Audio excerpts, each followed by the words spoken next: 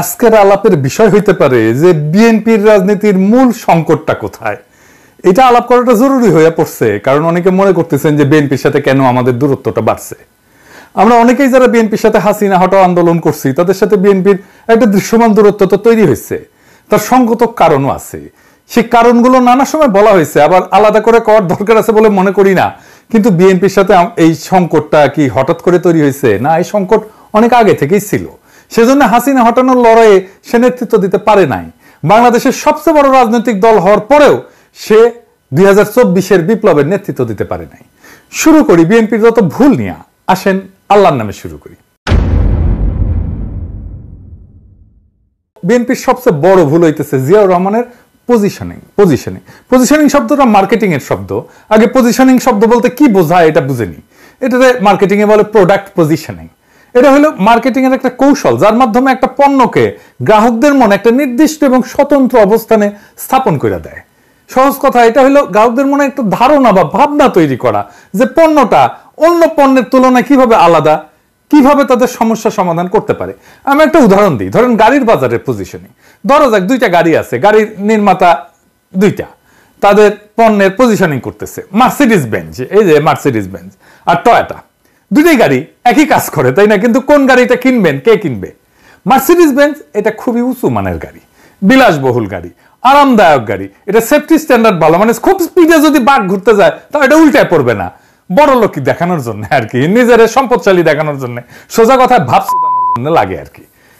Toyota এটা নির্ভরযোগ্য, দীর্ঘমেয়াদী ব্যবহারের উপযোগিতা আছে, দামে সাশ্রয়ী, এটা রিসেল ভ্যালু ভালো, পার্টস পাওয়া যায় সব জায়গায়, তাই না? দুইটা ব্র্যান্ডে গাড়ি তৈরি করে, কিন্তু তারা আলাদাভাবে নিজেদের পজিশনিং করছে যাতে ভোক্তাদের মনে আলাদা আলাদা চিত্র তৈরি হয়। এক গ্রুপ কিনবে মার্সিডিজ আর এক গ্রুপ কিনবে টয়োটা, আলাদা জায়গা সবার। বিলাসবহুল কথাটা শুধু মার্সিডিজের জন্য, টয়োটার জন্য কিন্তু না। টয়োটা যদি বলে আমি বিলাসবহুল তাহলে কিন্তু হবে না। মার্সিডিজ যদি বলে আমার পার্টস সব জায়গায় পাওয়া যায় তাহলে হবে না।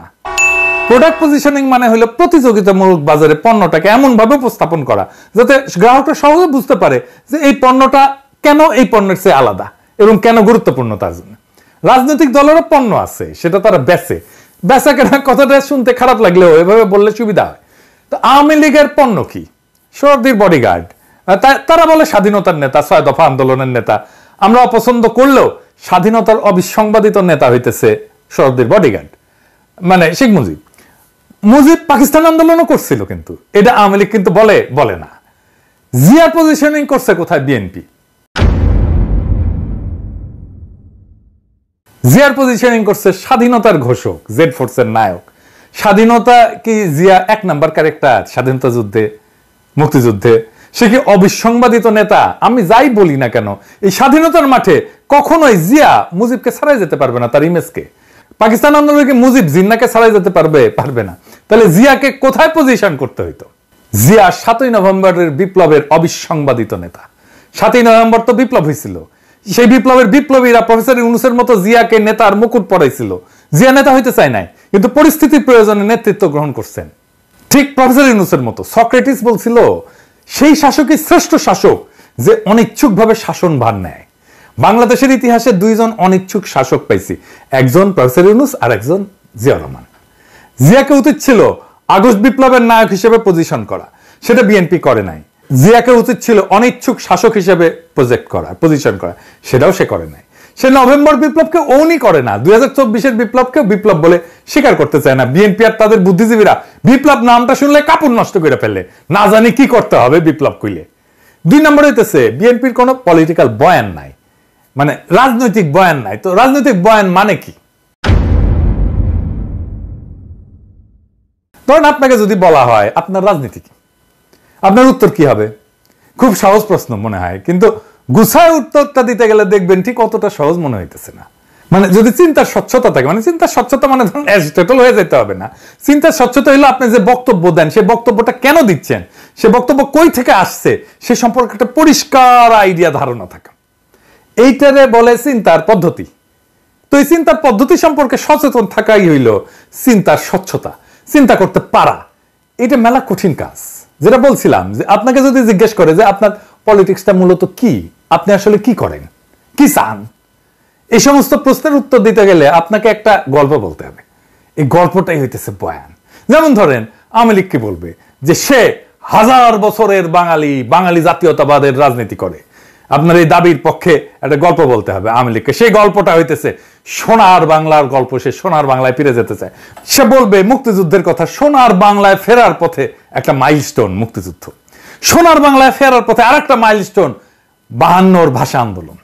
এখন এই যে বয়ান, এই যে গল্পটা, এটা সমর্থনে যারা থাকবে তারা আওয়ামী লীগের। এমনও হতে পারে সে আওয়ামী লীগকে ভোটও দেয় না, কিন্তু মুক্তিযুদ্ধের এই গল্প, এই ন্যারেটিভ, এই বয়ান, স্বাধীনতার এই বয়ান, এটা সে বিশ্বাস করে। অর্থাৎ আওয়ামী লীগের পলিটিক্যাল ন্যারেটিভে তার কোনো আপত্তি নাই।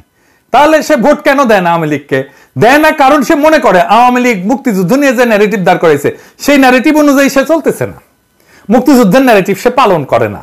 অর্থাৎ আওয়ামী লীগ খারাপ হয়ে গেছে। এছাড়া আওয়ামী লীগকে সমর্থন দিতে তার কোনো সমস্যা নাই।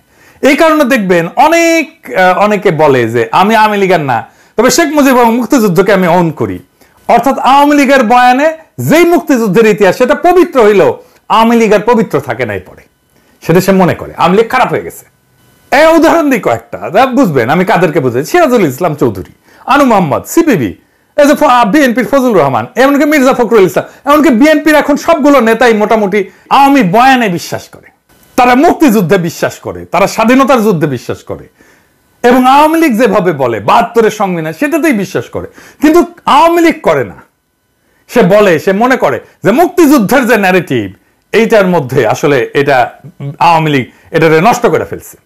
তো এই গ্রুপটা, এই যে চেতনা মারানিদের গ্রুপটার আর একটা ডাইমেনশন আছে যেই কারণে মুক্তিযুদ্ধকে তারা ওন করে, নিজের বলে মনে করে। সেটা কি?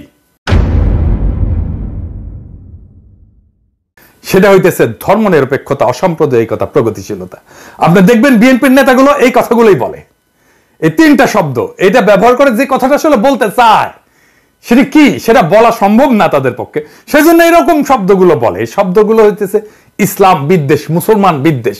মুক্তিযুদ্ধের যে বয়ান আমরা দেখি সেটা আসলে কাদের লেখা? কারা ঠিক করে দিছে যে মুক্তিযুদ্ধ বলতে এইটা বুঝতে হবে, এই জিনিসটা বুঝতে হবে? কে?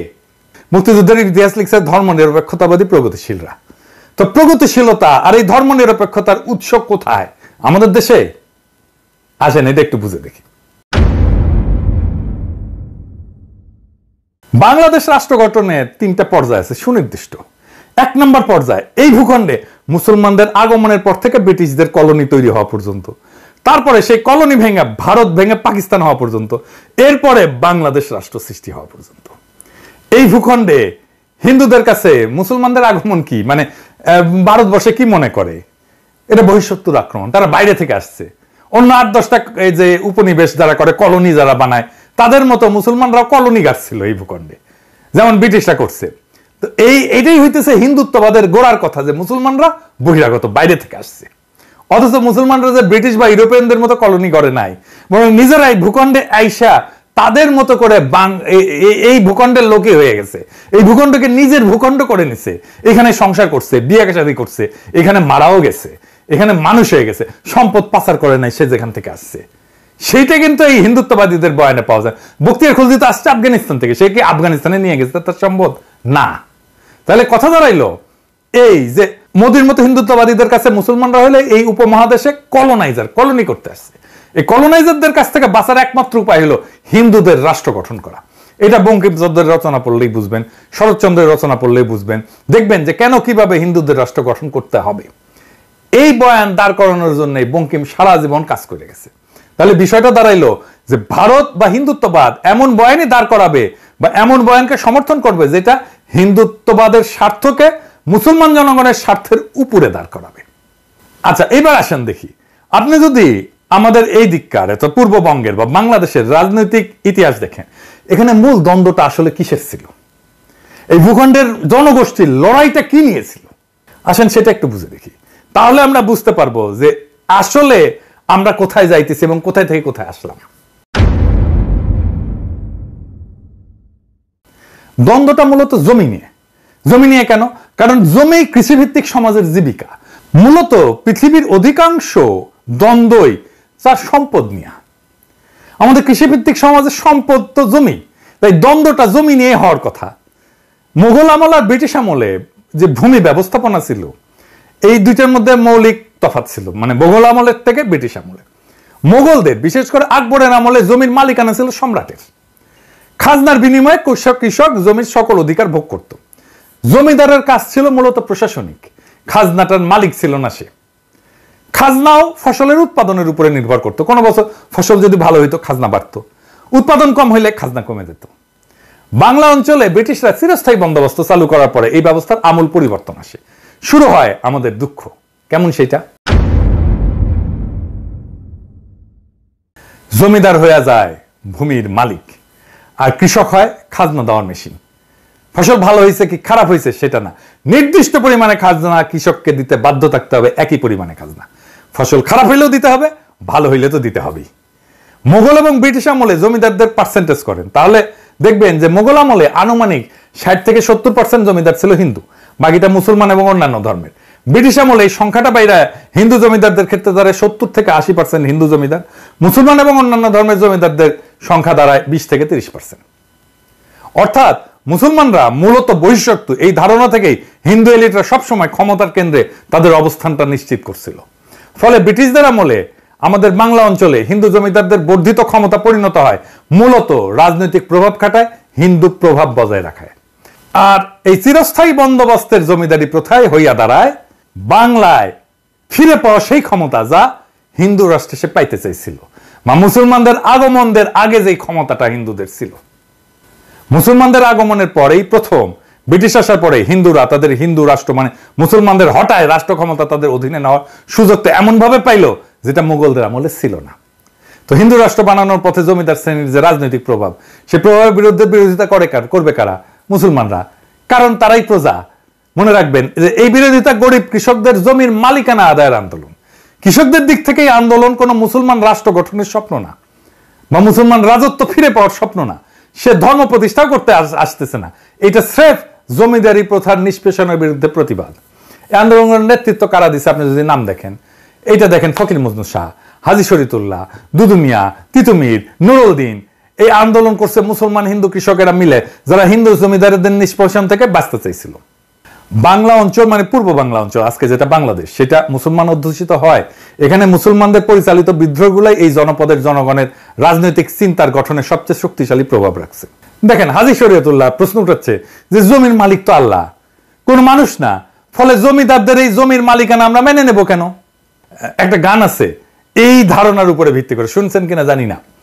এটা হইতেছে এরকম: মাঠে মাঠে সোনালি ধান, পরাণ পাগল করে, কয়দিন পরে সেই ধান যাইব জমিদারের ঘরে রে, আমার হিস্সা নাই সেই ধানে, আমি যদি আল্লাহর বান্দা, জমিন ও আল্লাহর, আদম হাওয়ার সন্তান মোরা, সমান অংশীদার রে, আমার হিস্সা যায় কোনখানে। এই যে প্রশ্নের ধরনটা ধর্মীয়, কিন্তু অর্থ কি? অর্থ হইল আমরা এই বেইনসাফি মানি না। অর্থাৎ ইসলাম হয়ে উঠতেছে অন্যায়ের বিরুদ্ধে প্রতিবাদের হাতিয়ার, প্রতিবাদের ভাষা। খেয়াল করেন, জমির মালিকানার প্রশ্ন পরিণত হচ্ছে একটা রাজনৈতিক প্রশ্নে। অর্থাৎ ইসলাম শুধু ধর্মেই সীমাবদ্ধ থাকতেছে না, এটা পরিণত হচ্ছে মজলুমের অধিকার আদায়ের অস্ত্রে। এই কারণেই বাংলাদেশে ইসলামকে শুধু ধর্মে রিডিউস করে নিয়ে আসাটা প্রগতিশীলদের একটা কৌশল। কারণ তাহলেই সে ধর্মকে ব্যক্তিগত বলে ড্রয়িং রুমে আলাপের বিষয় বানায় ফেলতে পারবে, ড্রয়িং রুমে আটকায় ফেলতে পারবে, তার রাজনৈতিক প্রভাব থাকবে না। এর ফিরে যাই, তার মানে আমার রাজনৈতিক প্রশ্ন হচ্ছে যে আমার জমির মালিকানা যারা দেয় না তারা আমার শত্রু। রাজনৈতিক প্রতিপক্ষের জায়গা করে নিচ্ছে হিন্দু জমিদাররা। হিন্দু জমিদার মানে শুধু জমির মালিকই না, সে মূলত তার জমিদারের সকল প্রজার মালিক। জমিদারের বাড়ির সামনে দিয়ে জুতা পরে যাওয়া যায় না, হাঁটা যায় না, জমিদারের ছাওয়া মারানো যায় না, জমিদারের নাতির অন্নপ্রাশনে টাকা দিতে হয়, বেশি খাজনা দিতে হয়। আবার মুসলমান যদি মুখে দাঁড়িয়ে রাখে তাহলে খাজনা দিতে হয় এক্সট্রা, গরু কোরবানি দেওয়া যাবে না, খাজনা দিতে না পারলে পিটায় মেরে ফেলবে। জমিদার পূজা করবে, সেজন্য খাজনা দিতে হবে মুসলমানদেরকে। কারণ মুসলমানরা প্রশ্ন তোলে যে আমি কেন হিন্দুর পূজায় খাজনা দিব? এই জমিদারদের নির্যাতনের ইতিহাস জানতে হবে আপনাদেরকে, কি বিভৎস নির্যাতন করত। যাই হোক, ফলে জমিদারি উচ্ছেদের যে প্রকল্প, সেটা শুধু জমির মালিকানা পাওয়ার মধ্যে সীমাবদ্ধ থাকে না, সেটা নিজের জন্য রাষ্ট্র বানানোর একটা প্রকল্পে পরিণত হইতে থাকে। এমন রাষ্ট্র যেখানে কৃষক তার জমির মালিকানা পাবে তো বটেই, সেই রাষ্ট্রে সে মানুষ হিসেবে বেঁচে থাকার অধিকার পাবে। এই প্রেক্ষাপটেই বাংলার মুসলমানরা বঙ্গভঙ্গের পক্ষে দাঁড়াইছিল, কারণ বাংলা ভাগ মানে এই বঙ্গের জমিদারি কলকাতার জমিদাররা হারাবে, তার মুক্তি ঘটবে। আর এই বঙ্গভঙ্গের বিরোধিতা করছে রবীন্দ্রনাথরা, কারণ জমিদারি গেলে বজরায় বৈশা নিশ্চিন্তে প্রেম সঙ্গীত লেখা যাবে না, জমিদারি যাওয়া মানে পেটে টান পড়া। তাই লিখতে হইল আমার সোনার বাংলা আমি তোমায় ভালোবাসি। এই সোনার বাংলা কোনটা? এইটা। কোন ভূখণ্ডকে রবীন্দ্রনাথ সোনার বাংলা বলছিলেন? এইটা। রবীন্দ্রনাথের সোনার বাংলা এইটাই। শুধু জাতীয় সঙ্গীত নিয়ে হালকাও না কইরা এই সোনার বাংলা আইনা থেকে বা আমার বাকশালীরা। কিন্তু পরিহাসের বিষয় হলো পূর্ব বাংলা তাকে ভালোবাসে না। কিন্তু এই জমিদারি রক্ষার গানটাই হয়ে দাঁড়ায় জমিদার বিরোধী জনগণের রাষ্ট্রের জাতীয় সঙ্গীত। কি তামাশা! এই জমিদার বিরোধী আন্দোলনে আসলে কি ঘটে? হিন্দু জমিদারদের যে অর্থনৈতিক, রাজনৈতিক আর সাংস্কৃতিক প্রভাবের কথা বলছি, সেই প্রভাবে প্রথম সংগঠিত আঘাত হয়ে নেয় এই মুসলমান কৃষকেরা। ফলে এই যে জমিদার শ্রেণীর যে আধিপত্য এবং আপামর হিন্দুদের যে আধিপত্য, তার উপরেও আঘাত পড়ে। একজন হিন্দু কৃষক এবং মুসলমান কৃষকের মধ্যে তফাৎ হইল যে ওই হিন্দু কৃষক মানসিকভাবে জমিদারদের সাথে অবস্থান করে, আর মুসলমান কৃষকটা থাকে দ্বিতীয় শ্রেণীতে। এমন তথ্য আপনি ইতিহাসেই পাবেন। জমিদার বাড়িতে দুই কৃষক গেল, একজন হিন্দু আর একজন মুসলমান। একজন বসলো পাটিতে আর একজন বসলো মাটিতে। কে মাটিতে বসলো বলে মনে করেন? মুসলমান কৃষক। দরিদ্র কৃষক হইলেও শুধুমাত্র হিন্দু হওয়ার কারণে আপনি সাংস্কৃতিকভাবে শক্তিমান হয়ে উঠবেন, নিজের শক্তি ফিল করবেন। এটা আপনি দেখতে পাবেন, এখনো দেখতে পাবেন যে আওয়ামী লীগের কাছ থেকে জীবনে একটা উপকার পায় নাই কিংবা চায় নাই, কিন্তু জুলাইয়ের গণহত্যাকে অস্বীকার করে এমন আওয়ামী সমর্থকের দিয়ে খেয়াল করে দেখলে বুঝবেন এরা আওয়ামী লীগ ক্ষমতায়, এই চিন্তাটাই তাকে ক্ষমতাবান করে তোলে। সে মনে করে আমি ক্ষমতার একটা অংশ, আমার একটা আলাদা ক্ষমতা আছে। ফলে মুসলমান কৃষক যখন হিন্দু জমিদারদের বিরুদ্ধে বিদ্রোহ করে, তার মনে তখন এই ব্যবস্থা উচ্ছেদের স্বপ্ন থাকে নতুন রাষ্ট্রের। এই রাষ্ট্রের স্বপ্নই তাকে দেখাইছিল পাকিস্তান, দেখাইছিল জিন্নাহ। ফলে পূর্ববঙ্গের মুসলমান এই পাকিস্তানের পক্ষে দাঁড়ায়। পাকিস্তান রাষ্ট্রের ধারণা আসছিল মূলত গান্ধীদের হিন্দুত্ববাদী ভারত বানানোর বিরোধিতা থেকেই। মুসলমানরা এই দেশে বহিরাগত শত্রু, এই ধারণার কন্টিনিউশন, ধারাবাহিকতা হইতেছে কংগ্রেস। যা বলতেছিলাম যে এই পাকিস্তান যখন বলে যে আমরা জমিদারি প্রথা উচ্ছেদ করে দেবো, তখন পূর্ববঙ্গের মানুষ কোনো দিকে না তাকায় তাকে সমর্থন করে, কারণ এমন একটা রাষ্ট্রের স্বপ্নই তো তারা এতদিন ধরে দেখছে। পাকিস্তান সৃষ্টি করতে চাওয়া আর গরিব মুসলমান কৃষকের পাকিস্তান রাষ্ট্র বানানোর প্রশ্নের সমর্থন দেওয়া এক না, এটা একটু মনে করাই দিতে চাই। পূর্ববঙ্গের জনগণের সমর্থন নেওয়ার জন্যই মূলত এই কথার উদ্ভব হয়েছিল এবং জনগণ তাতে সায় দিছিল স্বাভাবিকভাবে। তো স্বাদের জমিদারি উচ্ছেদ হয়ে যাবে, এটা মানা স্বাভাবিকভাবে অসম্ভব জন্য জমিদারি এলিটদের জন্য। হিন্দুত্ববাদী রাষ্ট্র প্রকল্পের জন্য এটা সবচেয়ে বড় শত্রু। কিন্তু বাস্তবতা হইল পাকিস্তান তৈরি হয় এবং স্বাদের জমিদারি জয় বাংলা হয়ে যায়। অর্থনৈতিক প্রতিপত্তি যদি চলে যায় হিন্দু জমিদারদের, তাহলে বাকি থাকে কি? হিন্দু জমিদারদের হাতে তখন একটা মাত্র অস্ত্র থাকে, সেটা হইল সাংস্কৃতিক আধিপত্য, বয়ানের আধিপত্য। শুধুমাত্র তাহলেই পাকিস্তানকে ভাঙা যাবে। পাকিস্তান রাষ্ট্রে বহু সমস্যার কারণে পাকিস্তানকে সবচেয়ে বেশি সমর্থন করা বাঙালি মুসলমান কৃষকের স্বপ্নভঙ্গ হয় কিছুদিনের মধ্যেই। কেন হয়, কখন হয়, একটু বুঝে দেখি। প্রথম হয় ভাষা আন্দোলনে 52-তে। ভাষা আন্দোলন কিন্তু কোনো মাতৃভাষার আন্দোলন ছিল না, শুনলে খারাপ লাগবে, কিন্তু আসলে কেন ভাষা আন্দোলনটা হইল? এইটা ছিল গরিব কৃষকের ছেলের চাকরি পাওয়ার আন্দোলন। জমিদারি প্রথার শিকল থেকে রক্ত দিয়ে বেড়ে আসে কৃষক যখন শোনে রাষ্ট্রের ভাষা হবে উর্দু, অর্থাৎ সে বাংলায় কথা বলার ছেলে আর সে চাকরি পাবে না, সে বিদ্রোহ করে বসে। 52 ভাষা আন্দোলন এই দেশের মেহনতি মানুষকে চেনার একটা বিশাল সুযোগ।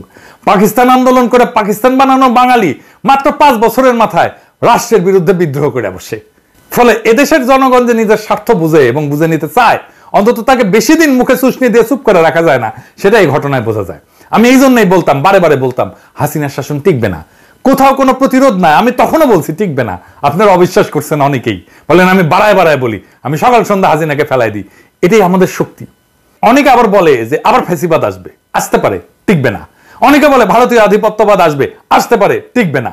অনেকে বলে বিএনপি আওয়ামী লীগের শাসনের মতোই শাসন চালাইতে পারে, টিকবে না। বাংলাদেশের মাটিতে বাতাসে এমন কিছু একটা আছে, এটা মাথা নোয়ানোর না। এটা আমি আপনি না থাকি, বাংলাদেশ আবার জায়গা উঠবে, বাংলাদেশ আবার প্রতিরোধ করবে। যা বলছিলাম যে হিন্দু জমিদারদের শ্রেণীর যে সাংস্কৃতিক বয়ান, এই আধিপত্য তৈরি করে কে? আধিপত্যই তৈরি করে প্রগতিশীলতা, অসাম্প্রদায়িকতা এবং ধর্মনিরপেক্ষতার নামে। কারা করে?